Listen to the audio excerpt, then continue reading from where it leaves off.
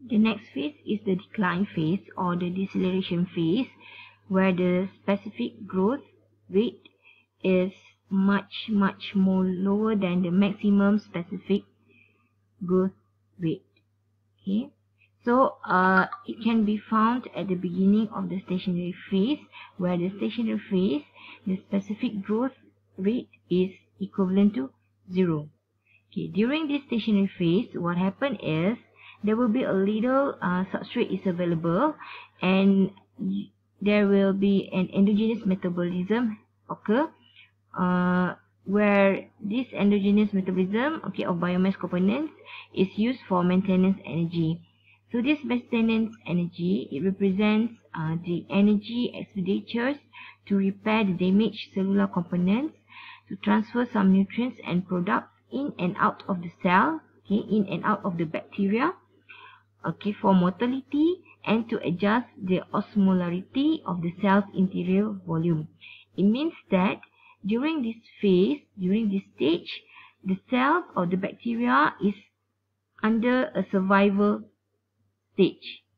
They are trying to survive, okay, because of this little external substrates available. They competing each other in order to have that substrates for nutrients, and they are trying to survive.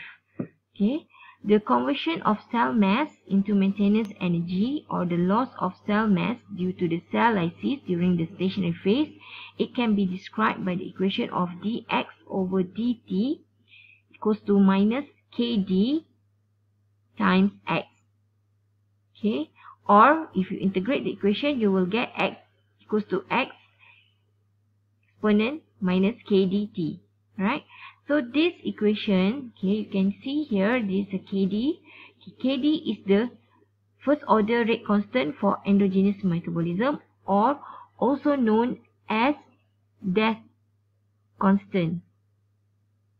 Okay, so this kd is available during the stationary phase, and later you can find this kd also in the death phase because of the rate of death is increasing. Okay, so XSO, okay, in this equation refers to the cell mass concentration at the beginning of the stationary phase.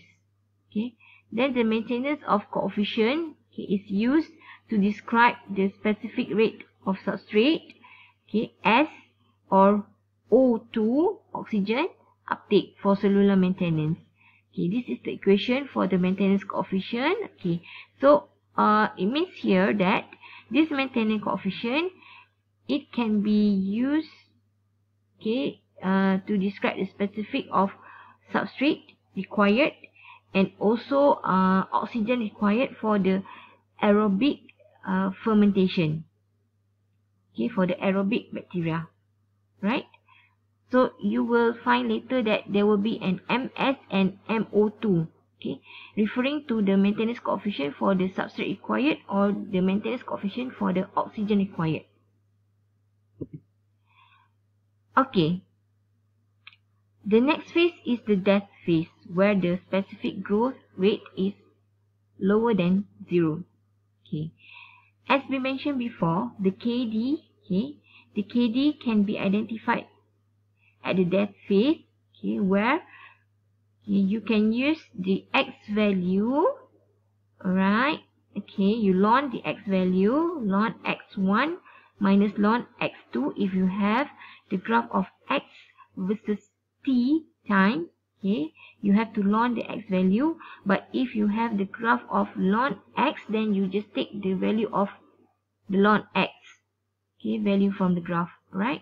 Then to identify the KD, okay, ln X1 minus ln X2 over T2 minus T1. Okay, it's a negative graph, okay, because of the graph pattern here. You can see it's a negative graph. Okay, at the death phase it is decreasing, right?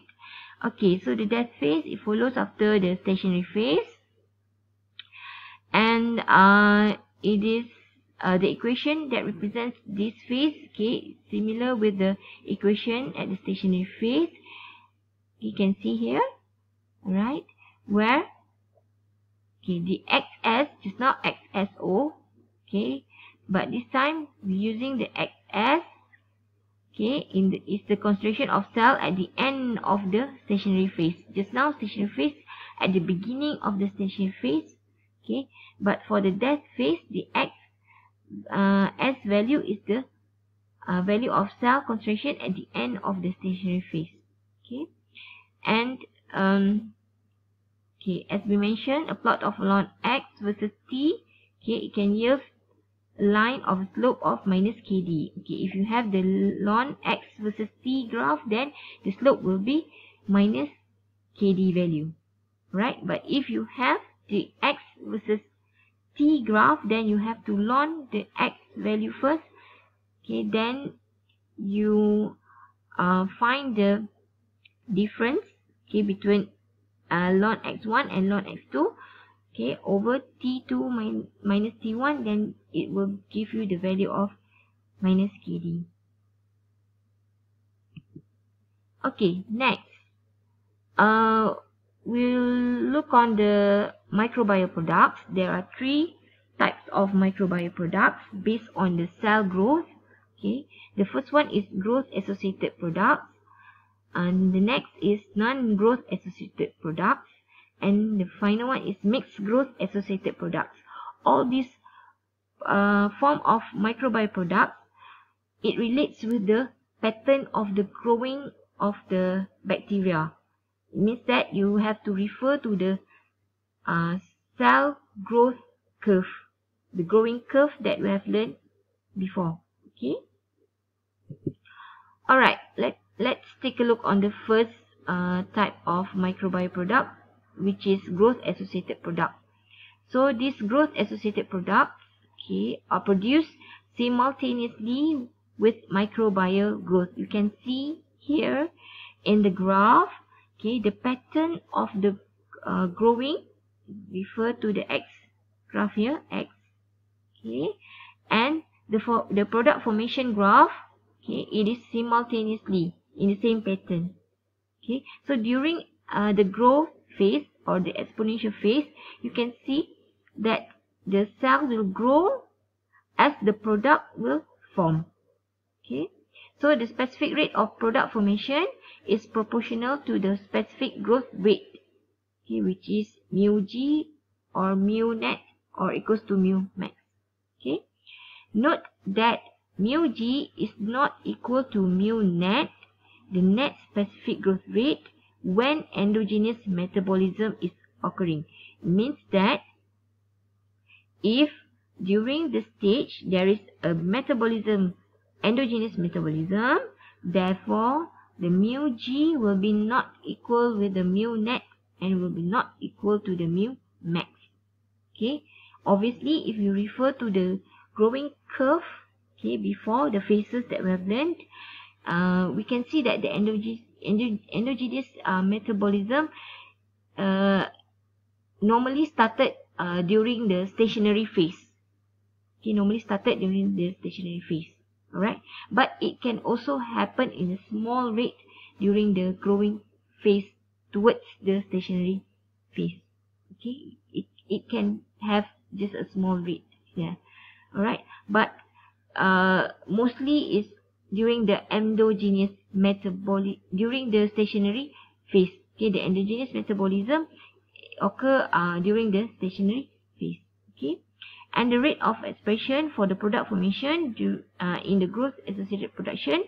Okay, you can see here the equation QP equals to 1 over X dP over dt, or equals to Y px mu g. Okay, during the growth exponential phase, mu g is equivalent to mu max.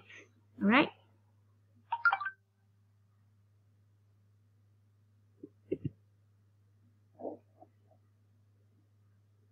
Okay, the next phase is the non-growth associated product. So this non-growth associated product, you can see the pattern of the graph. Okay, the production of the product is increasing during the stationary phase. Okay, not at the growth or exponential phase. It's increasing starting during the exponential phase. Okay. So, this non-growth associated product formation takes place during the stationary phase when the growth rate is 0. Okay. The specific rate of production formation, okay, is constant. QP equals to beta, which is constant. And many secondary metabolites such as most antibiotics, penicillin or non-growth associated products is known as the non-growth associated product. And also polymer, biopolymer. Okay, most of biopolymer is known as the non-growth associated product because mostly it forms during the stationary phase. Okay. Okay, what is secondary metabolites? Okay, the secondary metabolites product is a product which can be used again, reused by the bacteria in order to survive. Okay, they produce the product and later they can uptake the product, okay, in order for them to survive.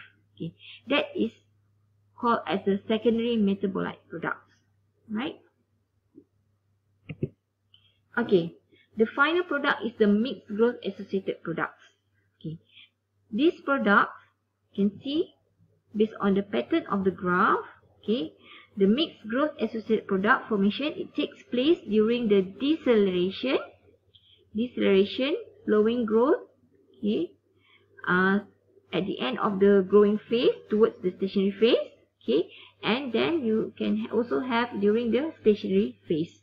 Okay, so starting from the deceleration phase towards the stationary phase, okay, there can be a mixed growth associated product. So this specific rate of product formation is given by the Ludeking-Piret equation, which is QP equals to alpha. Okay, alpha is equivalent to YPX, the coefficient of product over cell, YPX. Okay, okay, alpha mu G plus beta. If alpha equals to 0, then the product is completely non-growth associated. But if beta is 0, then the product is completely growth associated. Right? Okay.